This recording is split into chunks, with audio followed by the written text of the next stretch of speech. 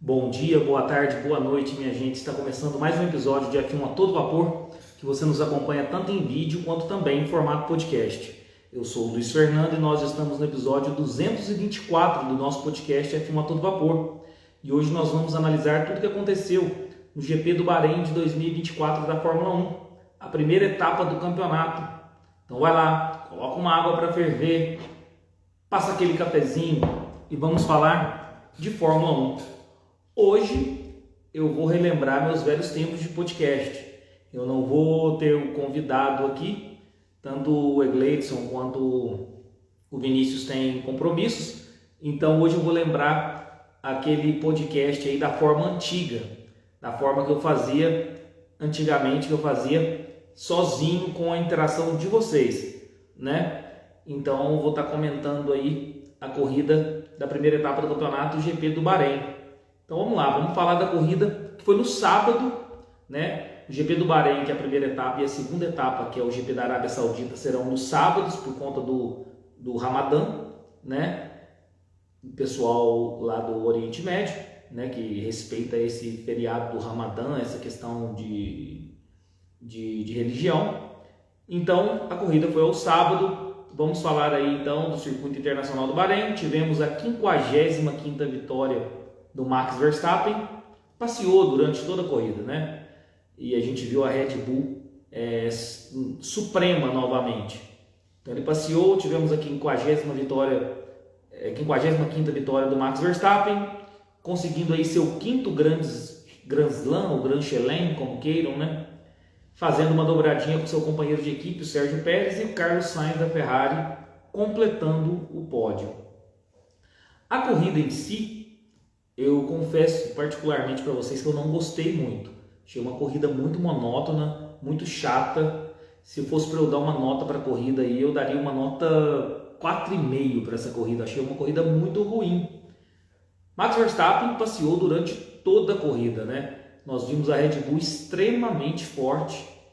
A princípio, será campeã de construtores novamente. O Max Verstappen será o campeão de pilotos. Sei que pode ser muito cedo para estar falando isso, mas eu vi uma Red Bull muito à frente ainda das demais equipes. Embora a gente viu na pré-temporada que teve assim alguma aproximação, mas a Red Bull ainda assim a primeira força disparada, deu para ver isso na corrida.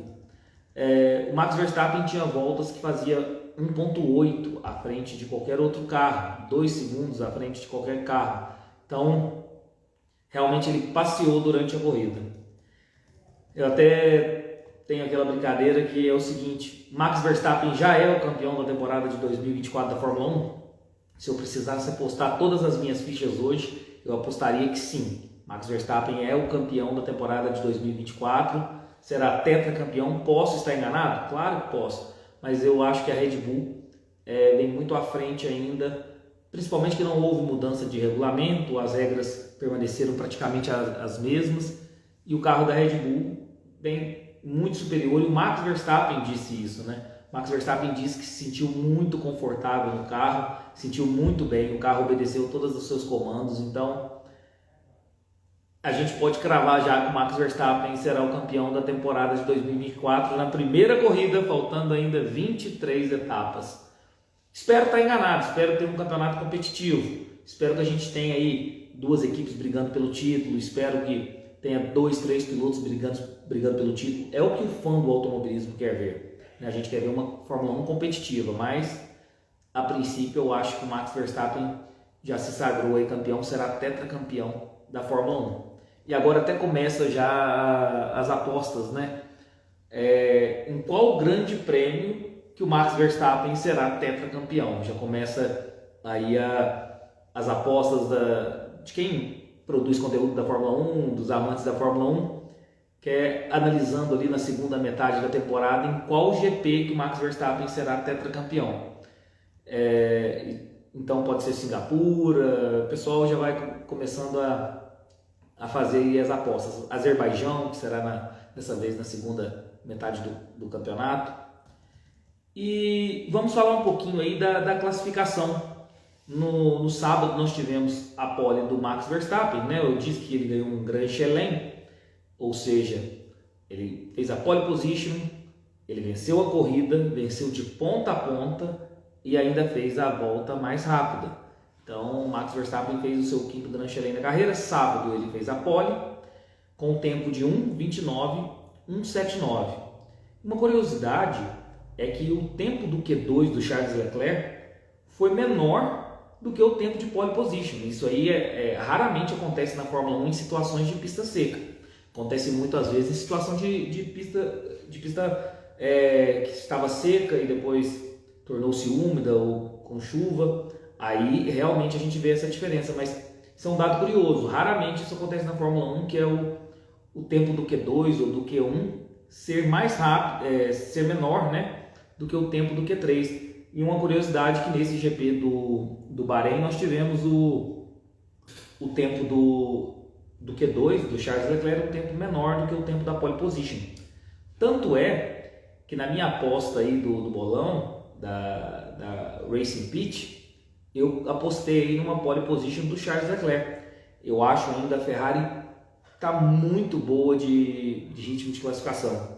E se a gente for olhar pelos dados, a princípio seria sim uma pole da Ferrari, seja com o Carlos Sainz ou com o Charles Leclerc. Eles tiveram um errinho ali no Q3, né?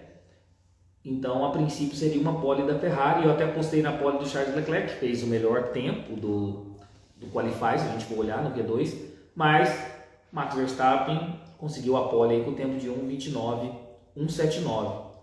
E ele simplesmente, a 33ª pole da carreira dele, igualou lendas como Jim Clark e Alan Prost. Então, Max Verstappen já é um dos melhores pilotos de todos os tempos e ainda vai fazendo história aí, quebrando recordes, ficando ao lado ou passando lendas da Fórmula 1, né? Em relação à corrida, como eu disse, foi uma dobradinha da Red Bull. Então, Max Verstappen em primeiro, em segundo lugar Sérgio Pérez, em terceiro lugar Carlos Sainz, completando o pódio, quarto lugar Charles Leclerc. Então nós vimos as duas Red Bull e duas Ferraris nas 4 primeiras posições. Em quinto lugar George Russell, sexto lugar Lando Norris, sétimo lugar Lewis Hamilton, oitavo lugar Oscar Piastri, nono lugar Fernando Alonso, décimo lugar Lance Stroll. Aston Martin pontuando com seus 2 carros aí, com o Alonso e com o Lance Stroll, nono e décimo lugar. Vamos começar agora com alguns destaques individuais, como eu sempre faço com vocês. Começar falando aí da corrida do Max Verstappen. Fez um Grand Chelem, já expliquei o que é o Grand Chelem.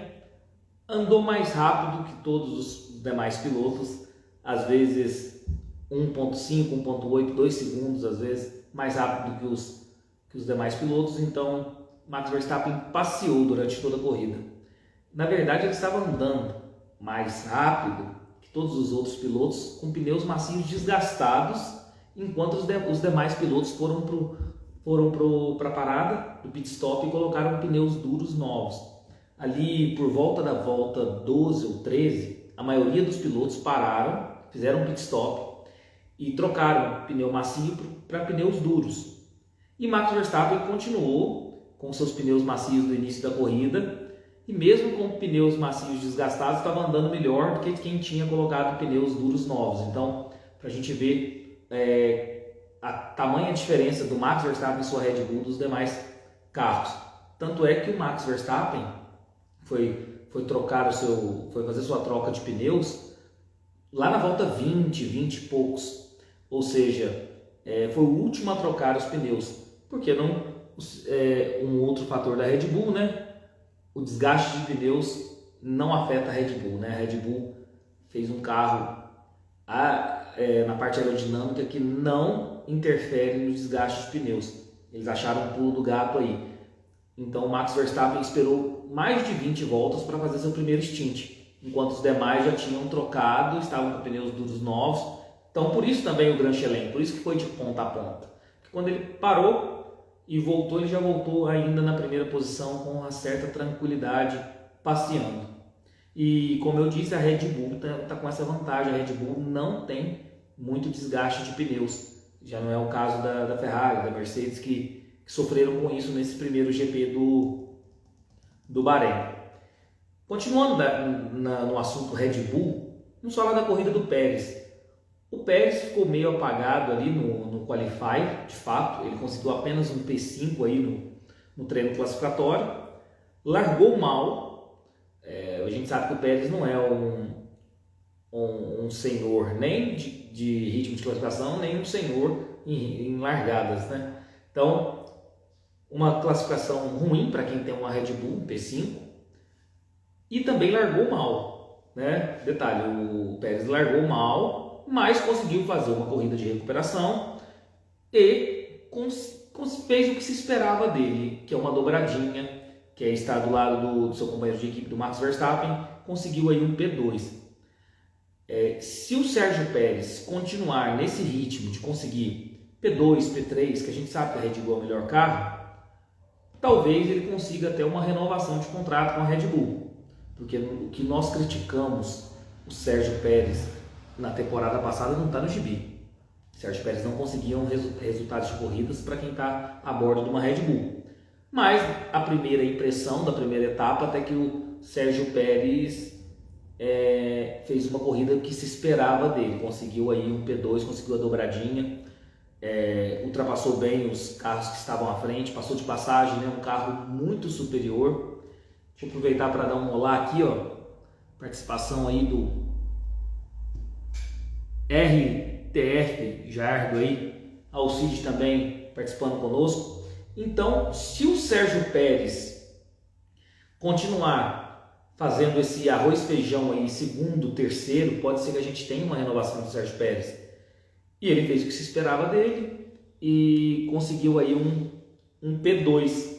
Então, assim, dessa vez, acho que eu nem lembro a última vez que eu teci elogios aí para o Sérgio Pérez. Dessa vez eu vou elogiar o Sérgio Pérez porque ele fez o que tinha que ser feito por quem é o segundo piloto da Red Bull.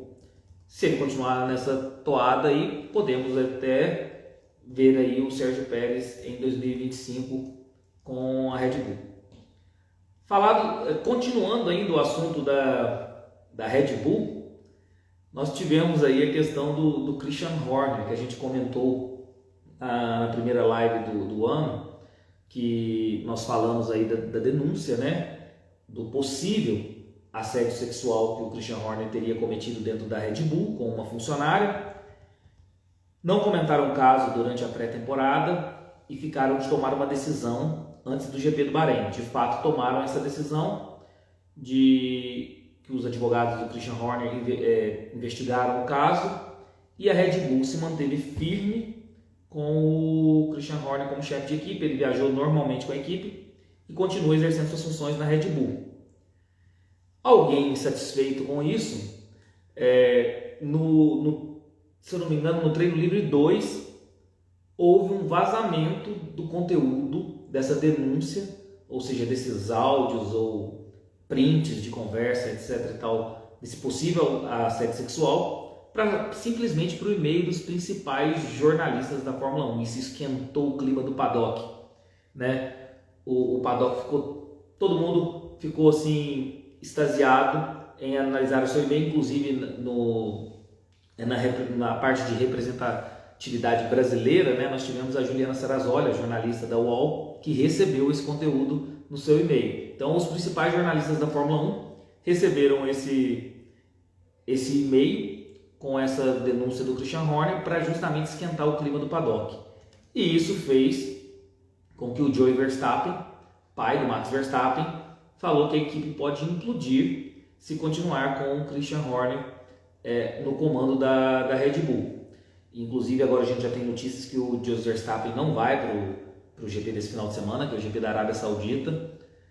E então aguardem as cenas dos próximos capítulos, porque o que nós sabemos dentro da Red Bull é que o Helmut Marko ele tem uma certa proteção muito grande em relação ao Max Verstappen, não em relação ao Christian Horner. E o Jos Verstappen é pai do Verstappen, então gerencia a carreira do filho, tem grande tomada de decisão na carreira do filho. Então, a partir do momento que o Jos Verstappen se colocou contrário ao Christian Horner permanecer na equipe depois desse vazamento aí das informações, desse possível assédio sexual, pode ter causado aí um reboliço dentro da Red Bull E a gente tem que aguardar uma nova posição oficial da Red Bull, se vai continuar com o Christian Horner ou se não vai continuar com ele. Então, aguardar as cenas dos próximos capítulos para a gente ver o que o desenrolar dessa história, né? Eu não posso dar nenhum tipo de opinião em relação a isso, porque eu não tenho nenhum tipo de conteúdo. Eu não vi os prints, eu não vi os áudios, eu não vi o teor da denúncia. Então, a princípio, sem analisar nenhum tipo de prova, não tem como eu tomar partido para um lado ou para o outro ou dar qualquer tipo de opinião. Mas aguardemos aí as cenas dos próximos capítulos em relação a essa novela Christian Horner, Red Bull e Jos Verstappen agora. Falado disso, falamos bastante aí da Red Bull. Bom, eu quero falar um pouquinho que eu vi da corrida, que a corrida realmente foi bem chata, mas teve uma parte interessante desde o início da corrida, também depois no meio da corrida e ao fim da corrida, a disputa entre Charles Leclerc e George Russell. Na verdade, o Charles Leclerc depois reclamou que ele estava com problemas nos freios e o George Russell também alegou que a Mercedes não estava com problemas ali de superaquecimento. Então, não dá para se ver muito ou comparar a questão dos carros, porque ambos alegaram problemas, mas bateram roda na pista e tivemos uma batalha muito interessante entre o Charles Leclerc e o Russell, já na largada uma, depois no meio da corrida outra. E assim, a princípio a Ferrari teria que estar muito superior à Mercedes, pelo que a gente viu nos testes de pré-temporada. Mas nós vimos aí o George Russell batendo roda, fazendo frente ao Charles Leclerc. E isso aí foi um pouquinho aí do que agradou da corrida, embora o Leclerc tenha tido melhor sorte ao final da corrida, conseguindo aí um P4. Outra batalha muito interessante na corrida, e eu acredito que vai ser durante o campeonato, vai ser a questão Charles Leclerc e Carlos Sainz. Já no sábado, no Qualify, eles já estavam num ritmo ali de rivalidade muito grande, um tentando superar o tempo do outro. Eu já falei várias vezes nas lives que eu prefiro muito mais o Charles Leclerc como piloto, é muito mais talentoso, tem um talento natural muito maior do que o Carlos Sainz, mas o Charles Leclerc talvez sofra aí com problemas de confiança, talvez um aspecto psicológico, que ele não tem entregado bons resultados, e o Carlos Sainz tem um bom ritmo de corrida e tem entregado esses resultados. O Carlos Sainz é um piloto que você pode confiar durante uma corrida, ele vai pontuar, ele vai ter uma boa gestão de corrida. E o Charles Leclerc às vezes é muito afoito, mas em ritmo de classificação a gente vê que o Charles Leclerc é um piloto talentosíssimo. Tanto é que a Ferrari primeiro renovou, fez um contrato com ele de 5 anos, coisa que não tinha feito com nem Michael Schumacher, e na época era o contrato mais extenso da história da Fórmula 1, e agora renovou com Charles Leclerc para 2028, mesmo sabendo que tem Lewis Hamilton em 2025 como seu companheiro de equipe. Então a Ferrari também acredita muito no potencial do Charles Leclerc. De fato, ele é um piloto extraordinário, mas ele sofre com esses problemas. Então nós tivemos aí uma batalha muito boa entre o Charles Leclerc e o Carlos Sainz, e o Carlos Sainz vai querer mostrar serviço porque perdeu a vaga para 2025. 2025 será a dupla o Charles Leclerc e Lewis Hamilton, então ele vai querer mostrar serviço, ele vai querer ir para cima e pontuar mais que seu companheiro de equipe. Foi uma batalha interessante também quando os dois estiveram ali, quando os dois bateram roda. Tanto é que o Carlos Sainz fez uma corrida muito digna, muito satisfatória e foi considerado o piloto do dia. Eu mesmo votei no Carlos Sainz como piloto do dia, embora poderia ser, claro, Max Verstappen. Eu descarto isso porque votar no Max Verstappen para piloto do dia, mesmo fazendo um grande chelém, é chover molhado, né? A gente vai querer votar em outro piloto, mas o Max Verstappen seria um bom voto. E um outro voto que eu vou comentar mais para frente sobre a corrida dele seria o Lance Stroll. O Lance Stroll fez uma corrida muito boa, já eu falo do Lance Stroll. Mas o piloto do dia foi o Carlos Sainz, inclusive foi o meu voto, mas aí com menções honrosas para o Max Verstappen e para o Lance Stroll. E agora, vamos mudar um pouquinho de assunto. A Alpine, a decepção da temporada até o momento? Na minha opinião, sim. A Alpine conseguiu os últimos tempos de classificação e fez uma corrida muito ruim, embora tenha pilotos muito bons. Eu gosto tanto da pilotagem do Esteban Ocon quanto do Pierre Gasly. Acho dois pilotos muito talentosos, mas a Alpine é a grande decepção da temporada até o momento, na minha opinião. Tanto é que já está tendo várias demissões, já está tendo mudança de chefes dentro da equipe. Então a Alpine se mostra a grande decepção até o momento. Eu, na verdade, esperava muito mais da Alpine desde aquela época do El Plan, que o Fernando Alonso havia dito. Mas a Alpine tem se mostrado aí um declínio muito grande, e o investimento é muito grande e o declínio também, o que são polos completamente opostos, né? Se você investiu muito, você teria que ter um resultado bom, e a Alpine não está tendo, embora tenha dois pilotos que eu gosto muito. Outra questão da corrida que é interessante a gente comentar foi a discussão ali na RB, se a gente pode chamar assim, né, antiga AlphaTauri, entre o Daniel Ricciardo e o Tsunoda. O Daniel Ricciardo, a princípio, com pneus macios novos, querendo ultrapassar o Tsunoda, querendo que o Tsunoda abrisse a passagem, desse a posição, para que ele pudesse atacar outros pilotos e ir para cima, né? E teve assim uma certa discussão nos rádios ali entre eles. O Tsunoda, a princípio, é o primeiro piloto, pelo que a gente sabe da RB. O Daniel Ricciardo é muito experiente, veio para suprir a lacuna da RB, a antiga AlphaTauri, do Nick De Vries, que não conseguiu uma temporada satisfatória ano passado, mas tem toda uma experiência e tem todo um tempo de Red Bull, né, o Daniel Ricciardo. Então talvez o Daniel Ricciardo ache que ele faça essa figura de primeiro piloto. O Tsunoda tem certeza que é o primeiro piloto, e pode ser que a gente tenha briga aí dentro da RB durante a temporada, se não apaziguar a situação. A questão é que o Daniel Ricciardo, de fato, tem razão nessa discussão da corrida, porque ele estava bem mais rápido, um ritmo bem mais rápido com pneus novos. O Tsunoda deveria abrir passagem, né? Mas acredito que nós vamos ter aí duelos internos. Inclusive o Daniel Ricciardo se manifestou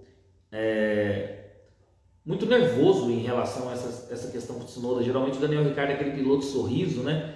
Em relação a isso ele ficou extremamente chateado. Então talvez nós podemos ter aí uma rivalidade mais acirrada durante a temporada dentro da RB entre o Daniel Ricciardo e o Tsunoda. Mais um destaque da corrida. A corrida não foi tão boa, então são poucos destaques. O pit stop do Valtteri Bottas de 52 segundos, né? Nós tivemos a roda dianteira esquerda dele ali com problemas. Então um pit stop de 52 segundos que acabou com a corrida do Valtteri Bottas, que já não era uma corrida muito boa. Hamilton com problemas no seu assento, que quebrou algo no seu assento, ele chegou a comunicar isso à equipe. Eu acredito que não seja algo tão sério, porque senão ele seria obrigado a parar para trocar. E uma boa, agora eu vou comentar do Lance Stroll, uma boa corrida de recuperação. O Lance Stroll teve um qualify, deixa eu só olhar aqui o qualify do Lance Stroll, que não foi tão bom igual o do Fernando Alonso. Deixa eu só pegar aqui os dados aqui rapidinho para a gente comentar. Vamos lá. Classificação. Na classificação, o Fernando Alonso pegou um P6 e o Lance Stroll um P12. No entanto, logo na largada, nós tivemos um único incidente assim, da corrida, que foi a batida, incidente de corrida, não tem punição para ninguém, entre o Hülkenberg e o Lance Stroll. E ambos foram para o final do pelotão, por conta dessa batida, logo na largada, na curva 1. E isso fez com que o Lance Stroll, que largou em P12, tivesse que fazer uma corrida de recuperação, né? E ele fez uma boa corrida de recuperação, o Lance Stroll, e ainda conseguiu pontuar para a Aston Martin juntamente com o Fernando Alonso. Conseguiu um P10 aí, o último lugar da zona de pontuação, conseguiu um pontinho para a Aston Martin e o Fernando Alonso 2. Então a Aston Martin pontuou com seus dois carros e o Lance Stroll fez uma boa corrida de recuperação, mesmo tendo batido aí logo no início da corrida e tendo que ir para o final do pelotão. Então, por isso que eu falei que quem votou no Lance Stroll para piloto do dia não fez uma má escolha, não. Seria uma boa escolha também o Lance Stroll. A volta mais rápida, Max Verstappen, na volta 39, o tempo de 1:32.608. Vou passar rapidinho aqui a classificação de pilotos, nós tivemos apenas uma etapa, então está bem fácil aqui os 10 primeiros. Classificação de pilotos, Max Verstappen lidera o campeonato com 26 pontos, segundo lugar Sérgio Pérez, 18. Lembrando, Max Verstappen 26 pontos, 25 da vitória e 1 da volta mais rápida, viu? Max Verstappen 26 pontos em primeiro, segundo lugar Sérgio Pérez, 18 pontos, terceiro lugar Carlos Sainz, 15 pontos, quarto lugar Charles Leclerc, 12 pontos, quinto lugar George Russell, 10 pontos, sexto lugar Lando Norris, 8 pontos, sétimo lugar Lewis Hamilton, 6 pontos, oitavo lugar Oscar Piastri, 4 pontos, nono lugar Fernando Alonso, 2 pontos, décimo lugar Lance Stroll com 1 ponto. Campeonato de construtores, apenas 5 equipes pontuaram, então vou falar apenas as 5 primeiras equipes. Red Bull líder do campeonato, 44 pontos, seguido da Ferrari, 27 pontos. Terceiro lugar Mercedes, 16 pontos. Quarto lugar McLaren, 12 pontos. Quinto lugar Aston Martin, 3 pontos. Pessoal, foi uma corrida assim que não teve grandes acontecimentos, então por isso que foi mais reduzido o nosso comentário. Eu vou aproveitar agora para pedir, se você estiver acompanhando no YouTube, deixa o like no vídeo, se inscreva no canal, ative o sininho para receber todas as notificações de vídeos novos. Se você estiver acompanhando no seu agregador de podcast, avalie o nosso conteúdo. Isso é sempre importante, fortalece muito o nosso projeto, tá bom? Falar então um pouquinho agora do próximo GP, o GP da Arábia Saudita, que será já neste final de semana, também ao sábado, por conta do Ramadã. Então fazer agora uma breve consideração aí do GP da Arábia Saudita, para a gente estar finalizando a nossa live de hoje. É o circuito de Jeddah, circuito muito extenso, rápido e muito eclético, tem de tudo, tem curva de alta, tem curva de baixa, curva de média, retas grandes, retas curtas.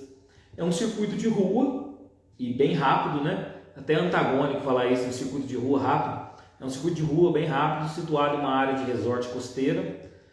É um circuito que a velocidade média chega por volta de 252 km por hora. É mais rápido que Silverstone, por exemplo, que é uma pista bem rápida, né? E só perde em velocidade média para Monza, que é considerado o templo da velocidade. Então, assim, é um circuito de rua rápido, né?